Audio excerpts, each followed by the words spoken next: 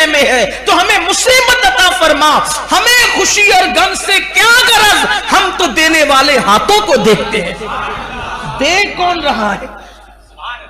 और याद रखिए कि बंदा सब्र करके जो मकाम हासिल करता है, नेमतों पे शुक्र करके भी बंदे को मकाम मिल जाता है। इसलिए बंदे को, हम जैसे बंदों को, खास तौर पे हम जैसे गंदे बंदों को, बंदा गंदा जिसको कहते हैं, हम जैसे गुनाहों की गंदगी में लुथड़े हुए, लिपटे हुए, हमें तो यही कहना चाहिए अल्लाह नेमत दे ताकि मैं तेरा शुक्र करूं, नेमत दे ताकि शुक्र करूं। हमारे बुजुर्गों ने फरमाया, नफिल रोजा रखकर सब्र करने वाला और खाकर शुक्र करने वाला सवाब में दोनों बराबर हैं। इसीलिए जब कोई नफिल रोजे पे हमें देखकर रश्क करता है या किसी को देख के रश्क करता है तो मैं कहता हूं खा ले और शुक्र कर। इसलिए कि शुक्र भी कोई मामूली इबादत नहीं। हदीस पाक में आया है, ईमान की दो शाखें हैं, निस्फ ईमान सब्र है, आधा ईमान सब्र है और आधा ईमान शुक्र है। सब्र भी आधा ईमान है और शुक्र भी आधा ईमान है। और हुज्जतुल इस्लाम इमाम गजाली रहमतुल्लाह अलैह फरमाते हैं कि सब्र भी अल्लाह की सिफत है, कि अल्लाह का एक नाम सबूर है, अस्सबूर, रुकने वाला, सब्र करने वाला। इसीलिए आप देखें इंसान कितना भी जुर्म करे, कितने भी पाप करे, वो जल्दी नहीं करता, वो अजाब को रोके रहता है, हलीम है वो, अस्सबूर, सब्र करने वाला। और जैसे उसकी सिफत अस्सबूर है वैसे उसकी सिफत अशकूर, उसका एक नाम अशकूर भी है, शकूर भी उसकी सिफत है। तो सब्र और शुक्र दोनों निस्फ निस्फ और आधे आधे ईमान है। और सूफिया की जबान में यह कहें कि इंसान की जिंदगी की गाड़ी के दो पहियों का नाम है, एक का नाम है सब्र और एक का नाम है शुक्र। ये गाड़ी जन्नत की पटरी पर चलती है जिसमें सब्र और शुक्र के पहिए लगे होते हैं। इसलिए इंसान को जब मुसीबत आए तो सब्र करे, मांगे नहीं, आ जाए तो सब्र करे और नेमत मिले तो शुक्र करे।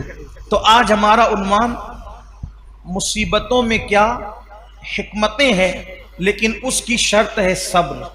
आज हम सब्र पर गुफ्तगू करेंगे और अगर आइंदा हफ्ते अल्लाह ने तौफीक और जिंदगी दी तो फिर शुक्र पर, ताकि दोनों पहिए हमें नसीब हो जाए, सब्र और शुक्र।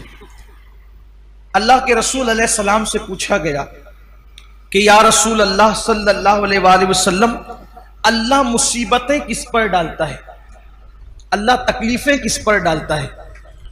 तो मेरे आका अलैहिस्सलाम ने फरमाया, सबसे बड़ी आजमाइश और मुसीबत अगर किसी पर आती है तो वो पहले अंबियाए किराम पर आती है।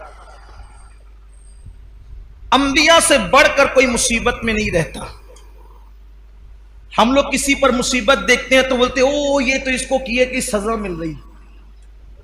अगर किसी को कोड़ हो जाए,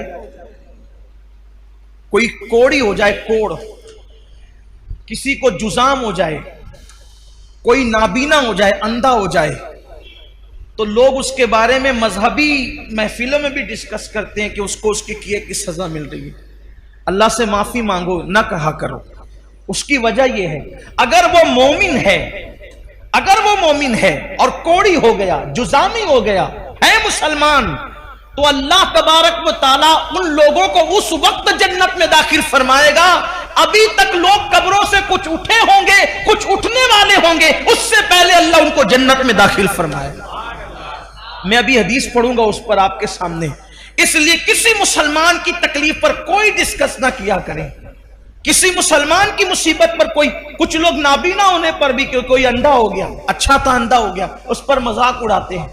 मजहबी हलकों में बाज़ाब्ता स्टेजों पर मजाक उड़ाया गया उन बुजुर्गों का जिनको आखिरी उम्र में, लंबी उम्र होने की वजह से या ज़ौफ होने की वजह से आंखों की बीनाई चली गई थी।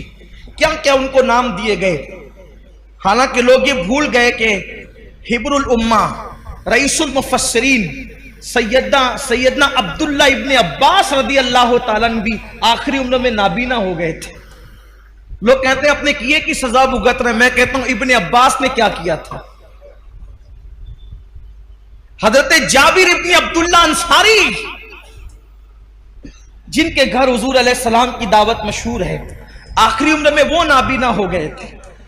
कई सहाबा के नाम लिए जा सकते हैं जो आखिरी उम्र में नाबीना हो गए थे, लेकिन यहां तो बस इल्म नहीं है, बल्कि अगर कुछ पढ़ा, हमने कुछ पढ़ भी लिया है तो हमारे इल्म पर हमारी